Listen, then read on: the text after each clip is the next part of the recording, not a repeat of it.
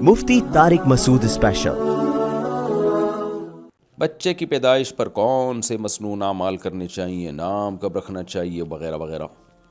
دیکھیں، بچہ جب پیدا ہو تو سب سے پہلے خوشی منانی چاہیے، لڑکی ہو یا لڑکا ہو اس سے کوئی فرق نہیں پڑتا، دونوں میں خوشی منانی چاہیے، چاہے وہ 11واں بچہ پیدا ہو رہا ہو یا 12واں، کیونکہ ہمارے یہاں یہ ہوتا ہے فیملی پلاننگ کے نظریات سے ہم ڈس گئے ہیں، تو اب ہم سمجھتے ہیں کہ 2 بچے ہی اچھے، تیسرا ہوگا تو رونے کا مقام ہے یا چوتھا ہوگا تو رونے کا مقام ہے۔ نہ نہ نہ نہ، اللہ میاں نے قرآن مجید میں فرمایا یَهَبُ لِمَن یَشَاءُ إِنَاثًا وَيَهَبُ لِمَن یَشَاءُ الذُّکُورَ، جس کو چاہتا ہوں بیٹیاں گفٹ میں دیتا ہوں، جس کو چاہتا ہوں بیٹے گفٹ دیتا ہوں۔ تو گفٹ پہ خوشی ہوتی ہے، چاہے گفٹ جتنے بھی آ جائیں نا خوش ہوتا ہے۔ کبھی آپ نے دولہا کو دیکھا ولیمے میں اس کو لوگ لفافوں پہ لفافے لا کے دے رہے ہوں، اور وہ 20ویں لفافے کے بعد کیا بھائی یہ کیا ہو گیا یار، اتنے لفافے اتنے پیسے، تو وہ ظاہر ہے دولہا اس کا مطلب پاگل ہے۔ تو گفٹ تو جتنا آئے اتنا اچھا ہوتا ہے، پھر آنے کے بعد اس میں پلاننگ کی جاتی ہے کہ کہاں خرچ کرنا ہے۔ تو بچوں کی پلاننگ پہلے سے نہیں کی جاتی، یہ شریعت کے خلاف ہے۔ پیدا ہونے کے بعد ان کی پلاننگ کرنی ہے کہ اب ان کو بنانا کیا ہے، ان کی تربیت کیسے کرنی ہے۔ تو غیر مسلموں نے ہمیں الو بنا دیا اور خود تو الو بن گئے اور اپنا معاشرت تباہ کر دیا انہوں نے۔ دیکھ لو بوڑھوں کا حال بیچاروں کا کیا ہوتا ہے، ان کے خاندان ہی بڑھ گئے سارے کے سارے بیچاروں کے، ان کو کیونکہ فطرت سے بغاوت کرتے ہیں نا۔ مذہب ہے جو آپ کو فطرت اور نیچر پہ چلاتا ہے، تو اللہ ہے نا، اللہ سے زیادہ کون جانتا ہے۔ تو اللہ کا شکر ہے مسلمانوں کے گھر آباد ہیں، ان میں خوشیاں ہیں، بیٹیاں ہیں، بہو ہیں، داماد ہیں، ساس سسر، بھتیجے بھانجے، چچے مامے، یہ مسلمانوں میں الحمدللہ یہ خوشیاں ہیں الحمدللہ۔ غیر مسلموں کا تو پروگرام ہی بڑھ گیا بیچاروں کا، نسلیں روک روک کے بربادی ہو گئے، محبتیں ہی ختم ہو گئیں ان کے یہاں۔ تو سب سے پہلی بات یہ کہ جتنے بھی بچے پیدا ہوں اللہ کی دین ہے۔ ہاں، پیدا ہونے کے بعد ان کو ایسے ہی چھوڑ نہیں دینا برساتی مینڈکوں کی طرح، ان کو پھر پلاننگ کرنی ہے کہ کیا ان کو کیسے تربیت کرنی ہے، کیا بنانا ہے۔ اور میں بار بار کہتا ہوں اکٹھے نہیں بچے پیدا ہو جاتے، جب آپ کے ہاں 6واں 7واں ہوگا تو پہلا بڑا ہو چکا ہوگا۔ تو پہلی بات تو خوشی منانی ہے کہ اللہ نے بہت بڑی نعمت دی ہے، چاہے لڑکی ہو یا لڑکا ہو۔ لڑکی پہ ایک خوشی اضافی ہوگی آپ کو، وہ خوشی یہ ہوگی کہ بھئی نبی صلی اللہ علیہ وسلم نے فرمایا جس کی 3 بیٹیاں ہوں گی تو میں اس کے لیے جنت کی ضمانت لیتا ہوں۔ تو اگر آپ کے تیسری بیٹی ہوئی ہے تو آپ اور خوشی مناؤ کہ بھئی میرے لیے تو جنت میں جانے کے اسباب اور زیادہ بڑھ گئے ہیں۔ تو کیونکہ 3 بیٹیوں کو پالنے پر بڑا اجر ہے، 3 بہنوں کو پالنے پر بھی بڑا اجر ہے۔ تو یہ تو میرے لیے اور زیادہ جو ہے نا، ہمارے کس کے اعمال اس قابل ہیں کہ ہم جنت میں جائیں۔ تو اللہ نے بیٹیاں دے کے اور ہمیں جنت کے اور قریب کر گیا ہے۔ اور بیٹی ہو تو ایک خوشی اور بھی ہونی چاہیے کہ بیٹیاں پالنا پیغمبر کی سنت ہے۔ سید الانبیاء محمد صلی اللہ علیہ وسلم کو اللہ نے بیٹا نہیں دیا، یعنی دیا بچپن میں ہی اٹھا لیا۔ آپ نے جو پالی ہیں وہ بیٹیاں پالی ہیں، تو بیٹیاں پالنا تو محمد صلی اللہ علیہ وسلم کی سنت ہے۔ تو بیٹا ہو یا بیٹی ہو دونوں پہ خوشی منانی ہے۔ دنیا مسافر خانہ ہے، بیٹیاں ہیں کوئی بات نہیں، آخرت میں ذخیرہ ہیں ہمارے لیے۔ اور دنیا میں بھی آج کل کے دور میں تو بیٹیاں ہی خدمت کر رہی ہوتی ہیں بڑھاپے میں، تو بیٹے کہاں کر رہے ہوتے ہیں۔ خیر، خوشی دونوں پہ ہے، بیٹا ہو یا بیٹی۔ دوسرا کام آپ نے کیا کرنا ہے کہ 7ویں دن بہتر یہ ہے کہ بچے کی ختنیں بھی کی جائیں، اور ختنیں تو جلدی کر لینی چاہیے، کیونکہ بچہ ڈاکٹر کہتے ہیں کہ شروع میں جب فوراً ختنیں ہو جاتی ہے نا تو وہ زخم بھی جلدی ٹھیک ہوتا ہے، بچہ زیادہ پاؤں مارتا نہیں ہے۔ تو اور ختنیں کیوں کی جاتی ہے؟ غیر مسلم اس عمل کا بھی بڑا مذاق اڑاتے ہیں کہ مسلمان ایک فضول عمل کرتے ہیں۔ اسلام طہارت کا مذہب ہے، پاکیزگی کا مذہب ہے۔ ختنیں کرنے سے فائدہ یہ ہوتا ہے پیشاب کے قطرے اسکن میں کھال میں اٹکتے نہیں ہیں، ورنہ آپ دیکھیں اگر جو بغلوں کے بال صاف نہیں کرتے کیا ہوتا ہے ان کا حال، پسینہ اٹکتا رہتا ہے، وہاں جو ہے نا جرمز پیدا ہو جاتے ہیں۔ تو اسی طرح ختنہ میں کیا ہوتا ہے کہ ذرا سا پسینہ آئے گا وہ اسکن میں اٹک جائے گا، پیشاب بچہ کرے گا وہ بھی اندر ہی اٹک جائے گا، اس کی صفائی کتنی مشکل ہے۔ تو اسلام دین فطرت ہے، دین طہارت ہے، اسلام نے ختنے کا حکم دیا ہے تاکہ جو ہے گندگی نہ پھیلے، تبھی پانی سے استنجا کا حکم ہے ہمیں۔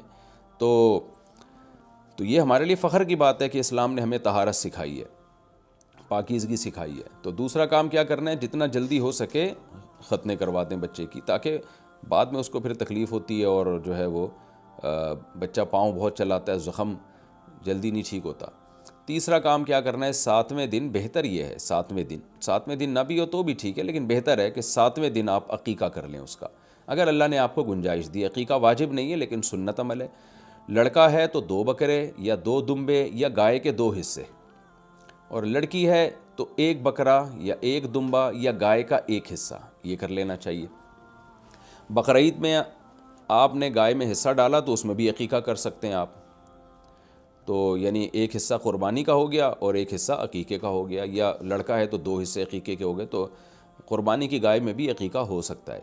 تو آپ نے کیا کیا، 7ویں دن، یا نہیں ہوا تو 8ویں دن کر لیں یا 14ویں دن کر لیں، بہتر ہے کہ 7ویں دن ہو۔ 7ویں دن آپ نے کیا کیا بھائی، 2 بکرے کاٹ لیے آپ نے، پھر اس کا کیا کیا آپ نے، اچھا اسی 7ویں دن میں آپ بچے کے سر بھی منڈوا لیں، اس طرح پھیر دیں، اس کے سر کے اوپر صفائی ہو جائے گی۔ اور بہتر یہ ہے کہ جتنا وزن بچے کے بالوں کا ہے اتنی ہی چاندی آپ صدقہ کر دیں۔ آج کل تو اتنے ترازو آئے ہوئے نا ڈیجیٹل، وہ کسی سے بھی پوچھیں جو وزن ہے اسی کے بقدر چاندی، تو چاندی کی ویلیو آپ نے لگا لی تو پھر اس کے رقم بھی صدقہ کی جا سکتی ہے، یعنی جتنی چاندی بن رہی ہے نا اس کے ہم وزن تو اتنی رقم صدقہ کی جا سکتی ہے۔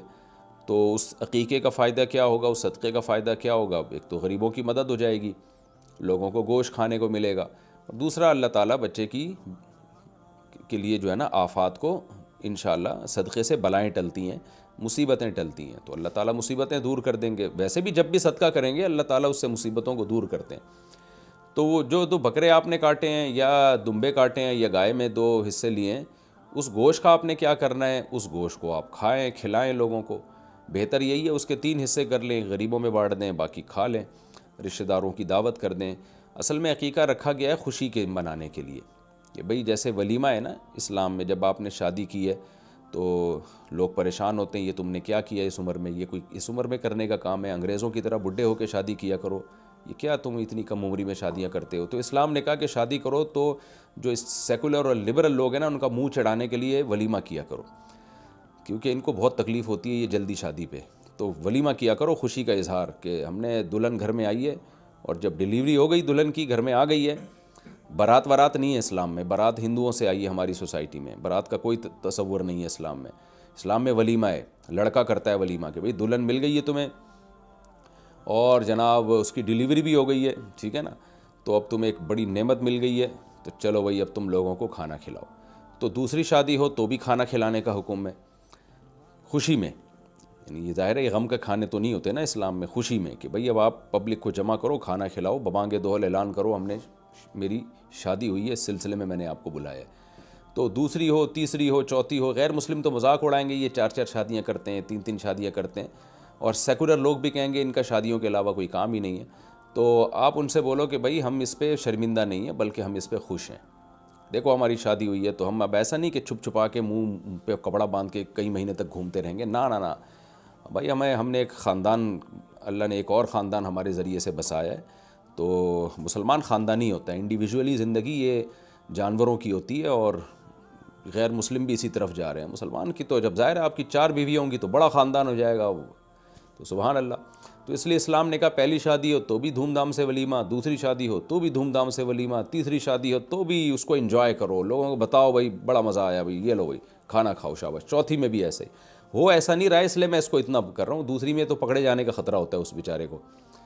تو پہلی بھی ابا سے لڑ کے ہوتی ہے، منہ لٹکے ہوئے ہوتے ہیں سب لوگوں کے کہ یہ کوئی اس کی عمر تھی شادی کی، اور چوتھی میں تو تیسری میں بھی منہ لٹکے ہوئے ہوتے ہیں۔ میں خود ولیموں میں گیا ہوں نا، تو سارا الٹا ہی سیٹ اپ چل رہا ہے، لیکن اسلام کا مزاج آپ کو بتا رہا ہوں کہ ولیمہ کیا جائے شادی میں، تاکہ لوگ بتایا جائے کہ ہم خوش ہیں، ہم کوئی اس پہ جو ہے وہ اللہ نے بہت بڑی نعمت ہمیں دی ہے، بیوی سے بڑھ کر اللہ کی نظر میں دنیا کی نعمتوں میں کوئی نعمت ہے ہی نہیں، حدیث سے ثابت ہے یہ بات۔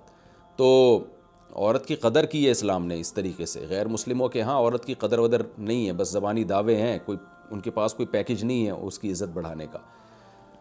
تو ولیمے میں بھی خوشی کے اظہار کے لیے حکم ہے کہ لوگوں کو کھلاؤ، تو اسی طرح بچہ جب پیدا ہوتا ہے تو فیملی پلاننگ والے ٹینشن میں آتے ہیں، لیکن اللہ نے کہا کہ آپ لوگوں کو کھانا کھلاؤ، تو وہ 2 بکروں میں آپ نے کیا کرنا ہے، بہتر ہے 1/3 گوشت غریبوں میں ویسے ہی بانٹ دیں، اور اگر غریبوں کو بھی آپ نے بلانا ہے تو بلائیں، تو یہ زیادہ بہتر ہے۔ حدیث میں آتا ہے بدترین ولیمہ ہے جس میں امیروں کو بلایا جائے، غریبوں کا نہ بلایا جائے، تو وہ آپ پھر سارا گوشت دعوت میں خود بھی کھائیں، پبلک کو بھی کھلا دیں۔ اور اگر آپ دعوت کے تکلف سے بچنا چاہتے ہیں ولیمے وہ عقیقے میں ٹائم نہیں ہے، تو پھر وہ گوشت ویسے ہی بانٹ دیں، آپ خود بھی کھا لیں بانٹ بھی دیں، تو سب طرح سے ٹھیک ہے۔ یہ ہو گیا جی آپ کا تیسرا، یہ پتہ نہیں چوتھا نمبر۔ اس کے بعد آپ بچے کا اچھا سا نام رکھ دیں، نام میں لوگ کہتے ہیں یونیک قسم کا نام ہونا چاہیے، یونیک قسم کا، تو اتنے یونیک نام نکال کے تلاش کرتے ہیں کہ لگتا ہے اس کائنات میں یہ پہلا ہی ہے جو یہ نام کا ہے، اور قرآن سے نکال رہے ہوتے ہیں۔ اب قرآن میں تو فرعون بھی ہے، وہ لائن پتہ نہیں کھینچ رہے ہوتے ہیں تو وہ یہاں آ گیا تو فرعون آ جاتا ہے، اس میں تو بعض دفعہ ابلیس آ جاتا ہے، بعض دفعہ کوئی لفظ ہی نہیں ہوتا۔ اب جیسے فبیہا، یہ فبیہا کوئی نام تھوڑی ہے، فا الگ لفظ ہے، حرف عطف ہے، یہ با حرف جر ہے، اور ہا بالکل الگ ہے۔ ہا کا معنی شی ہے اور فا کا معنی دین ہے، اور جو ہے نا ود کے معنی میں با آ سکتی ہے۔ تو یہ کیا ہے، عجیب عجیب سے نام رکھنے ہیں لوگ۔ وریشہ لکھ رہے ہیں لوگ، واو الگ ہے، ریشہ الگ لفظ ہے قرآن میں، دونوں کو ملا کے آپ نے نام رکھ دیا۔ خیر اب جن کا رکھ دیا ہے وہ چلتے رہیں اسی طریقے سے، لیکن نام علماء سے پوچھیں اور کہ بھئی کوئی اچھا نام رکھیں۔ انبیاء کے ناموں پہ رکھ لیں، صحابہ کے ناموں پہ رکھ لیں، لڑکی ہے تو صحابیات کے ناموں پہ رکھ لیں۔ تو نام میں یہ ضروری ہے کہ اس میں غیر مسلموں کی مشابہت نہیں ہونی چاہیے۔ آج کتنے لوگوں کے نام ایسے ہیں جب وہ نام بتاتے ہیں ہم سمجھتے ہیں شاید یہ عیسائی ہیں یا ہندو ہیں یا سکھ ہیں۔ ہر قوم کا اپنا شعار ہوتا ہے، غیر اسلامی نام رکھنے کی آپ کو اجازت نہیں ہے۔ من تشبہ بقوم فہو منہم، نبی صلی اللہ علیہ وسلم نے فرمایا جس نے کسی قوم سے مشابہت اختیار کی وہ انہی میں سے ہوگا۔ تو نام ہمیشہ سکھ مسلمانوں کے مخصوص نام ہوتے ہیں، تو وہی نام رکھنے چاہیے۔ اب مثال کے طور پر آپ نے بچے کا نام میکائل رکھنا ہے، تو بہترین نام ہے، آپ نے رکھ دیا مائیکل۔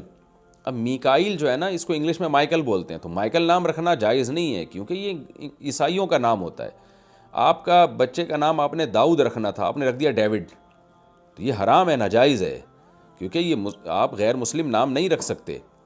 تو یہ شعار ہے، اس سے بڑا تو اظہار کا موقع نہیں ہوگا کہ آپ اپنے آپ کو مسلم شو کرتے ہیں یا غیر مسلم۔ تو نام تو پہچان ہے، نام دیکھتے ہی پتہ چل جاتا ہے کہ بھئی یہ کس مذہب سے اس کا تعلق ہے۔ تو اس لیے بچے کا نام آپ نے مسلم نام رکھنا ہے۔ ایک اور بات کہ بچے کا نام جو مرکب نام رکھنے کا رواج آیا نا ہمارے ہاں، مرکب نام، وسیم احمد، غفار احمد، ستار احمد، محمد وسیم، یہ نام بعد میں مسلمانوں میں رائج ہوئے ہیں۔ انبیاء کی سنت، صحابہ تابعین کی سنت ہے مفرد نام رکھنا۔ مفرد کا مطلب کیا ہوتا ہے؟ صرف محمد نام رکھے، آگے ابا کا نام آ جائے۔ اب دیکھیں میرا نام ہے طارق مسعود، یہ مفرد نام ہے، کیوں؟ میرا نام صرف طارق ہے اور مسعود میرے والد کا نام، تو آگے ابا کا نام لگا دیں آپ، اور آگے چاہے قوم لگا دیں، جیسے خان، طارق مسعود خان لگا دیا آپ نے، خان قوم، تو قوم کو شو کرنے میں بھی کوئی حرج نہیں ہے۔ عربوں میں اب تک کے ایسے نام ہوتے ہیں۔ تو انبیاء کے نام آپ دیکھ لیں، آدم، نوح، اسماعیل، اسحاق، یعقوب۔ کبھی آپ نے دیکھا اسحاق احمد، محمد آدم؟ تو ہمارے نبی صلی اللہ علیہ وسلم کا نام بھی صرف محمد، تو آپ بچے کا نام صرف محمد رکھ لیں۔ میرے بیٹے کا نام الحمدللہ صرف محمد رکھا میں نے، ایک کا نام صرف یوسف رکھا میں نے، ایک کا نام صرف ابراہیم رکھا، اسماعیل، یحییٰ، یہ سارے مفرد نام۔ تو آگے اپنا نام لگا دیا کہ جیسے یوسف ہے، یوسف طارق خان، خان ہماری قوم ہے تو وہ لگا دی ہم نے، یوسف طارق خان۔ تو میں نے سارے بچوں کے نام ایسے رکھے۔ البتہ محمد طارق خان میں لگاتا تو لوگ سمجھتے ہیں اب بیٹے کا نام طارق ہے، تو اس لیے میں نے اس میں لگا دیا محمد بن طارق خان، اصل میں لفظ ہے محمد ابن طارق خان۔ تو محمد ہو تو اس میں تو ابن آگے لگا دیں پھر، تو باقی ناموں میں ابن کی بھی ضرورت نہیں ہے۔ تو صالح طارق خان، اس طرح سے میں اپنے بچوں کے نام رکھتا ہوں کہ پہلا لفظ پتہ چلے گا یہ اس بچے کا نام ہے، اگلا لفظ سے پتہ چلے گا یہ ابا کا نام ہے، اور آخر میں پتہ چلے گا یہ ان کی قوم ہے۔ اور دلچسپ واقعہ بھی بتا دوں، میں میرے جب بیٹا ہوا تو میں نے آگے خان نہیں لگایا اس کے، تو میری والدہ اللہ ان کی مغفرت فرمائے، انہوں نے اتنا غصے ہوئی، انہوں نے کہا کہ بچے کے آگے خان تو لگاؤ، ہماری قوم تو شو ہو، اللہ نہ کرے ہم کوئی عیدی سینٹر سے تھوڑی دریافت ہوئے ہیں۔ تو والدہ میری بڑی غیرت دکھائی انہوں نے، پھر جا کے انہوں نے برتھ سرٹیفکیٹ چینج کر کے خان لکھوایا کہ ہم، کیونکہ قوم سے پتہ چلتا ہے کہ کوئی خاندان ہے پیچھے، آپ کا قوم ہی نہیں ہے تو کیا پتہ چلا بھائی کون کہاں سے اٹھا کے لے آیا ہے۔ تو اس لیے قوم کو شو کرنا بھی ٹھیک ہے، اچھی بات ہے، ہاں اس میں عصبیت اور قوم پرستی کی طرف جانا یہ بہرحال ٹھیک نہیں ہے کہ آپ خان کے علاوہ باقیوں کو جو ہے وہ خان قوم کے علاوہ باقیوں کو آپ گھٹیا سمجھنا شروع کر دو، یہ ناجائز ہے، یہ حرام ہے۔ تو نام یہ خوب سمجھ لیں کہ مفرد نام آگے ابا کا نام آگے خان۔ اس سے ایک فائدہ تو یہ ہوتا ہے، انبیاء کی یہ سنت ہے مفرد نام رکھنا، صحابہ تابعین کی سنت ہے، عرب آج بھی مفرد نام رکھتے ہیں، عرب میں نہیں ہے کہ فلانا محمد احمد اور فلانا احمد، نہ، مفرد نام. ہاں بعض دفعہ آپ کو یہ ہوگا کہ بھئی عبد الرحمن، یہ تو مفرد نہیں مرکب نام ہے. تو دیکھیں یہ مفرد نہیں مرکب ہے، لیکن یہ بھی حکماً مفرد ہی ہے، کیونکہ عبد الرحمن میں عبد، رحمان کا بندہ، تو یہ تو اضافت کے ساتھ ٹھیک ہے، اضافت کے ساتھ ٹھیک ہے. اضافت کسے کہتے ہیں؟ اب میں کیا گرامر پڑھانا شروع کر دوں. یہاں ٹھیک ہے عبداللہ، عبد الرحمن، عبد لگا کے آپ جو مضاف کر دیتے ہیں نا کسی کی طرف، رحمان کا بندہ، تو وہ ایک ہی ہے نا. لیکن وسیم احمد کا کیا مطلب ہے؟ احمد کا وسیم تھوڑی ہوگا اس کا مطلب. تو یس غفار احمد کا مطلب احمد کا غفار تھوڑی ہے. تو عبداللہ، عبد الرحمن، یہ تو عربی میں مضاف ہے نا، عبداللہ ہی، یہ ٹھیک ہے، اس میں یہ مفرد ہی کہلائے گا یہ نام بھی. تو ایک فائدہ کیا ہوا مفرد نام رکھنے میں؟ انبیاء کا طریقہ ہے. دوسرا فائدہ جو بڑا ہی خاندانی فائدہ ہے کہ آپ کے ساتھ آپ کے ابا کا نام لگا رہے گا اور اسے پڑھنے میں آسانی ہوگی. تو یہ باپ کو شریعت نے مقام دیا ہے کہ ابا کا نام جہاں بھی آپ جائیں آپ کے ساتھ لگا ہونا چاہیے. اب مرکب ناموں میں آپ کا ہی نام اتنا لمبا ہو جاتا ہے، آگے ابا کو کہاں، ابا کا بھی اتنا لمبا نام، تو ابا ایڈجسٹ ہی نہیں ہو رہے ہوتے اس نام میں، بہت لمبا نام ہو جاتا ہے پھر وہ. تو اس لیے بہتر یہی ہے کہ اسی کو رواج دینا چاہیے کہ مفرد نام رکھیں، آگے ابا کا نام اور پھر آگے آپ کی قوم آ گئی. تو یہ بھی ایک یعنی شریعت میں ایسا حکم تو نہیں ہے، لیکن یہ بات شریعت کے مزاج کے قریب ہے. شریعت اس کو اپریشیٹ کرتی ہے، کیونکہ اس کے میں نے بتایا نا انبیاء اور صالحین سے، اس میں جو صالحین اسلاف میں گزر چکے ہیں ان سے مشابہت ہوگی، اور ابا کا نام آپ کے نام کے ساتھ ہمیشہ کے لیے جڑ جائے گا. تو یہ فائدہ ہے. تو یہ ہو گئے جی بچے کے. اور پھر بچے کے حکام بیان کر رہا ہوں نا میں، تو پھر اس میں اور مزید کیا کرنا ہے آپ نے کہ جو ہے جب چھوٹا بچہ ہو تو شریعت میں جیسے میں نے بتایا نا، چند اس کا خلاصہ میں بتا دیتا ہوں کہ سب سے پہلا کیا، خوشی منانی ہے، غم نہیں کرنا. بچی پیدا ہوئی ہے تو اور زیادہ خوشی کی بات ہے یہ تو. اور دوسری بات 7ویں دن سر کے بال منڈوا کے چاندی اس کے بقدر وزن کر کے صدقہ کر دی جائے یا اس کی قیمت صدقہ کر دی جائے. اور تیسری بات کیا کرنی ہے، بچے کی ختنیں کر دینی ہے جلدی ہی. اور چوتھی بات کیا کرنا ہے، عقیقہ کرنا ہے. پھر عقیقہ کا گوشت خود بھی کھا سکتے ہیں، دوسروں کو بھی کھلا سکتے ہیں، سارے ہی خود کھا جائیں تو بھی کوئی حرج نہیں ہے، خوشی ہے، بس کھا جائیں، دعوت کا خوشی کا اظہار ہے نا، کھائیں کھلائیں. اور نام مفرد رکھیں. یہ چند باتیں میرے ذہن میں تھیں. اور بچہ جب تھوڑا سا چلنا پھرنا سیکھتا ہے تو باتیں بڑی پیاری پیاری کر رہا ہوتا ہے، بڑی اس اٹریکشن ہوتی ہے. بچہ تو بہت بڑی انٹرٹینمنٹ ہے. تو نظر سے بچنے کے لیے بچے کو ایک دعا اس پہ پڑھ کے دم کر دی جائے، اعوذ بکلمات اللہ التامہ من کل شیطان وہامہ ومن کل عین لامہ. تو یہ دعا پڑھ کے بچے پہ دم کر دی جائے. نبی صلی اللہ علیہ وسلم سیدنا حسن و حسین رضی اللہ عنہما پر اسی طرح سے رقیہ کیا کرتے تھے. پھر زیادہ وہم ہی نہ بنا جائے کہ جو بھی بچے کو آ کے دیکھ رہے ہیں نظر لگ جائے گی، نظر لگ جائے گی، اتنی بھی جلدی نظر لگتی. تو بس یہ کر لیا جائے تو اس میں انشاءاللہ اللہ نظر سے بھی اس کی حفاظت کریں گے. چلو بھئی آگے اگلا مسئلہ. میں اہل سنت ہوں اور میری جس لڑکی سے شادی ہونی ہے وہ اہل تشیع ہیں. اس کے گھر والے مان گئے، میرے گھر والے مان گئے ہیں، لیکن میرے ابو کہتے ہیں لڑکی پہلے اہل سنت ہو، اپنا فرقہ بدلے تب ہم ہاں کریں گے. تو لڑکی اس بات کو لے کر بہت پریشان ہے. وہ کہتی ہے اگر نکاح کی خاطر اپنا فرقہ بدلوں اور اہل سنت ہو جاؤں تو کیا گناہ نہیں ملے گا؟ نہیں، گناہ تو نہیں ملے گا انشاءاللہ. باقی یہ کہ شیعہ سے نکاح کے لیے بنوری ٹاؤن یا دارالعلوم کرنگی میں حالات پورے بتائیں پھر نکاح کریں، کیونکہ بعض شیعوں کی بہت ساری قسمیں ہیں. کچھ کے عقائد بالکل 180 ڈگری پہ ہوتے ہیں، اہل سنت شرکیہ حد تک بھی خراب ہوتے ہیں، کچھ کے نہیں ہوتے شرکیہ. تو خود فیصلہ نہ کریں، کسی کو بھی جو ہے نا بنوری ٹاؤن لے جائیں اس کو، لڑکی کو، یا لڑکا اگر شیعہ ہے یا دارالعلوم کرنگی لے جائیں یا کوئی بھی کسی بھی بڑے مدرسے لے جائیں. تو کیونکہ ہر ایک کے حالات مختلف ہوتے ہیں، تو فتویٰ لیں تحریری ریٹن میں. تو اس میں عمومی اور الاطلاق جواب دینا میرے لیے ممکن نہیں ہے.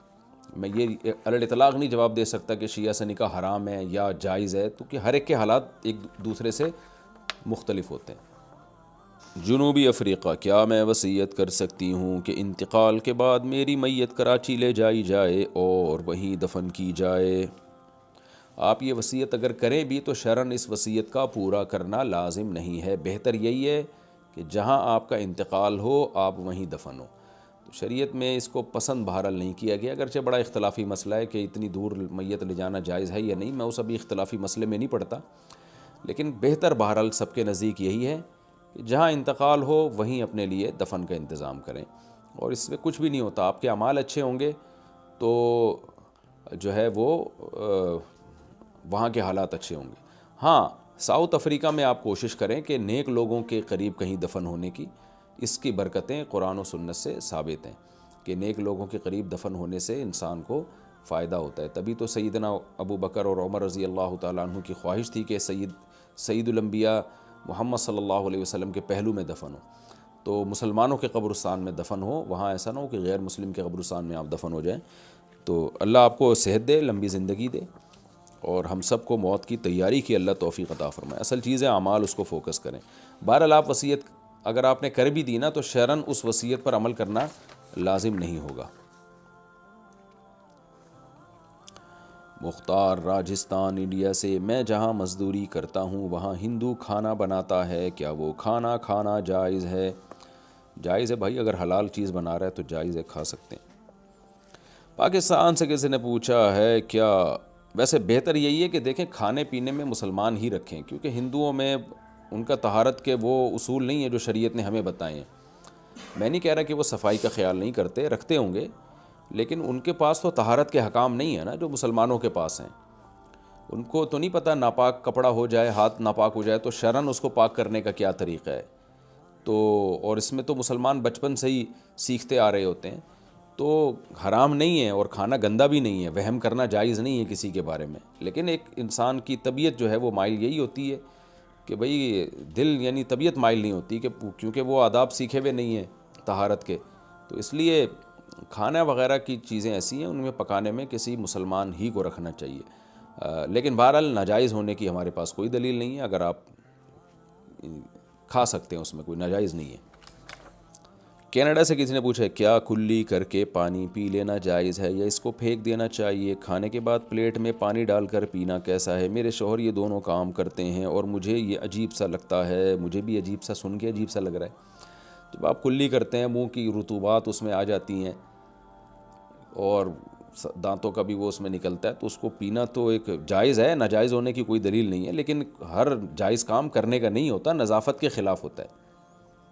دیکھیں کوئی آدمی اپنی ہی ناک کی رطوبت کھا جائے تو ناجائز تھوڑی ہے یہ، لیکن کوئی کرے گا یہ کام، کتنا برا لگے گا یہ، تو یا اپنا پسینہ چاٹ رہا ہو بیٹھ کے، وہ اپنا پسینہ یوں کر کے کھا رہا ہو، تو حرام تھوڑی ہے، پسینہ پاک ہوتا ہے، لیکن کھانے کی چیز تھوڑی ہے یہ، تو اسی طرح منہ میں کلی کر کے اس کو پھینک دینا چاہیے۔ اور ابو داؤد کی ایک روایت بھی ہے کہ نبی صلی اللہ علیہ وسلم نے فرمایا کہ جو تم یعنی خلال کے ذریعے جو ریشے نکالتے ہو نا اس کو پھینک دیا کرو۔ ہاں، جو زبان سے آپ نے دانت میں کوئی چیز جیسے نکالی تو اس کو نگل لیا جائے، لیکن کلی کر کے اس کو نگل لینا یہ بہرحال نظافت کے خلاف ہے۔ اسی طرح پانی میں کھانے کے بعد پلیٹ میں پانی ڈال کے پینا یہ بھی نظافت کے خلاف ہے، سامنے والے کو بھی اس سے گھن آتی ہے۔ تو آپ اپنے شوہر کو آرام سے سمجھا دیں کہ کائنڈلی یہ کام نہ کیا کریں، مان جائیں تو ٹھیک ہے، نہیں مانیں تو پھر جب وہ یہ کام کریں آپ دوسرے کمرے میں چلی جائیں، لڑیں نہیں اس بات پہ۔